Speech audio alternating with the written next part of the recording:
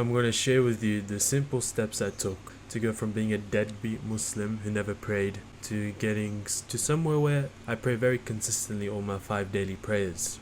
It's very easy to get consistent to praying, especially if you've grown up in a Muslim household where you've had your parents or your family around you instill that discipline into you, praying 5 times a day. Shake it into your brain. But now when you've grown up, we think we're all this and all that, so we don't really pray all that much. Hopefully you clicked on this video so that you can see the error in your ways and you want to course correct. Because prayer isn't only a form of worship, it's much more than that.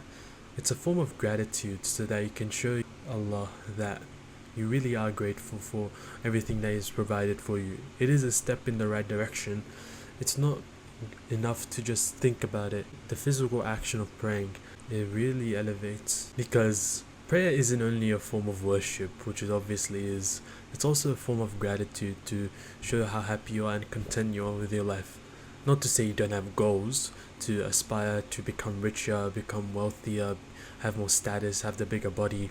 You obviously have the desires, but you also are content with what you have. You're grateful for all the blessings you have received. It's also a way to cast all your anxieties and all the worries you have in your mind, all the weight that's on your chest and on your shoulders, to just cast upon Allah, because He controls everything.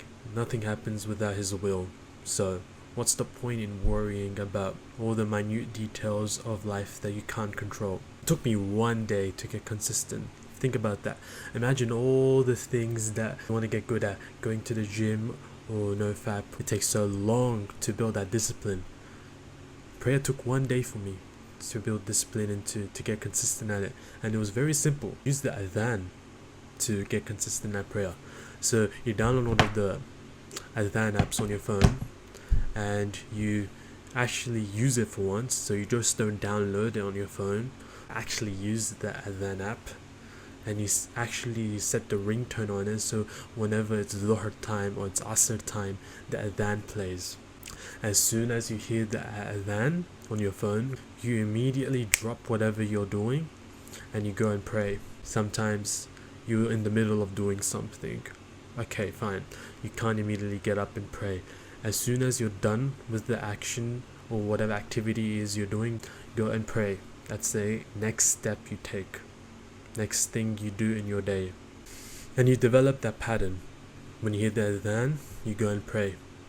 Isn't that beautiful? You hear the adhan, which is the call to prayer.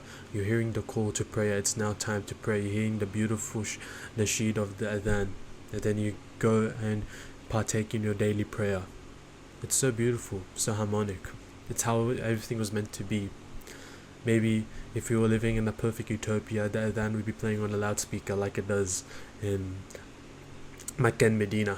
But we live in the Western society that's breaking apart, so we use our phone. And it's beautiful.